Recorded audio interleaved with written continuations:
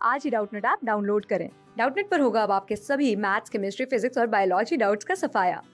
बस अपने क्वेश्चन की फोटो खींचो, उसे क्रॉप करो और तुरंत वीडियो सोल्यूशन पाओ। Download now. यहाँ पर हमें बताना है कि दो मियोटिक डिविजन्स के बीच में जो स्टेज होती है उसे हम क्या कहते हैं। अब मियोटिक डिवीजन से हमारा मतलब है मियोसिस की जो प्रोसेस है, जिसको रिडक्शनल डिवीजन भी कहा जाता है।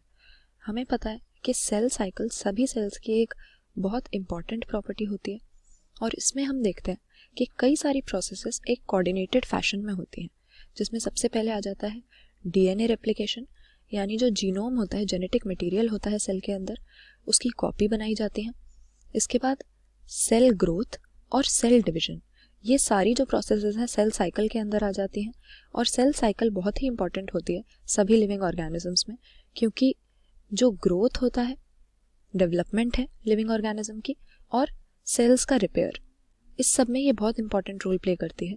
लेकिन मियोसिस जो है ये एक स्पेशल टाइप की सेल डिवीजन होती है। रिडक्शनल डिवीजन इसे हम इसीलिए कहते हैं क्योंकि जो क्रोमोसोम नंबर होता है सेल के अंदर, मियोसिस की प्रोसेस एक बार सेल में हो जाए, इसके बाद ये क्रोमोसोम नंबर हाफ हो जाता है, यानी रिड्यूस्ड बाय हाफ हम कह सकते हैं।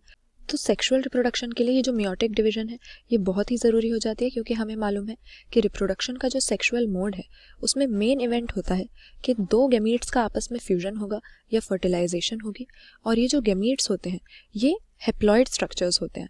तो गैमीट्स की फॉर्मेशन के दौरान मियोसिस की प्रोसेस बहुत ही ज़रूरी होती है, क्योंकि अगर डिप्लॉयड सोमैटिक सेल्स से हमें हेप्लॉइड गैमीट्स बनाने हैं तो इसके लिए रिडक्शनल डिवीजन करना पड़ेगा, क्रोमोसोम नंबर को बाय हाफ रिड्यूस करना पड़ेगा।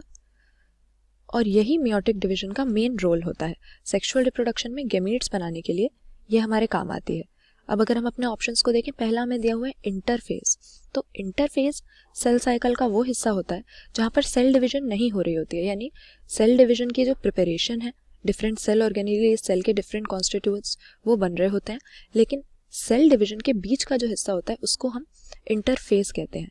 लेकिन दो मियोटिक डिविजन्स, जैसे कि हमें पता है मियोसिस की प्रोसेस में मियोसिस 1 और मियोसिस 2 दो पार्ट्स में हम उसको डिवाइड करते हैं, तो इसे हम इंटरफेस नहीं कहते। इंटरफेस तब कहते हैं जब मियोसिस की प्रोसेस चल ही नहीं रही। जबकि यहाँ पर क्या पूछा हुआ है कि मियोसिस चल रही है, लेकिन दोनों मियोसिस 1 और मियोसिस 2 के बीच की स्टेज हमसे पूछी है, तो इंटरफेस हमारा आंसर नहीं होगा।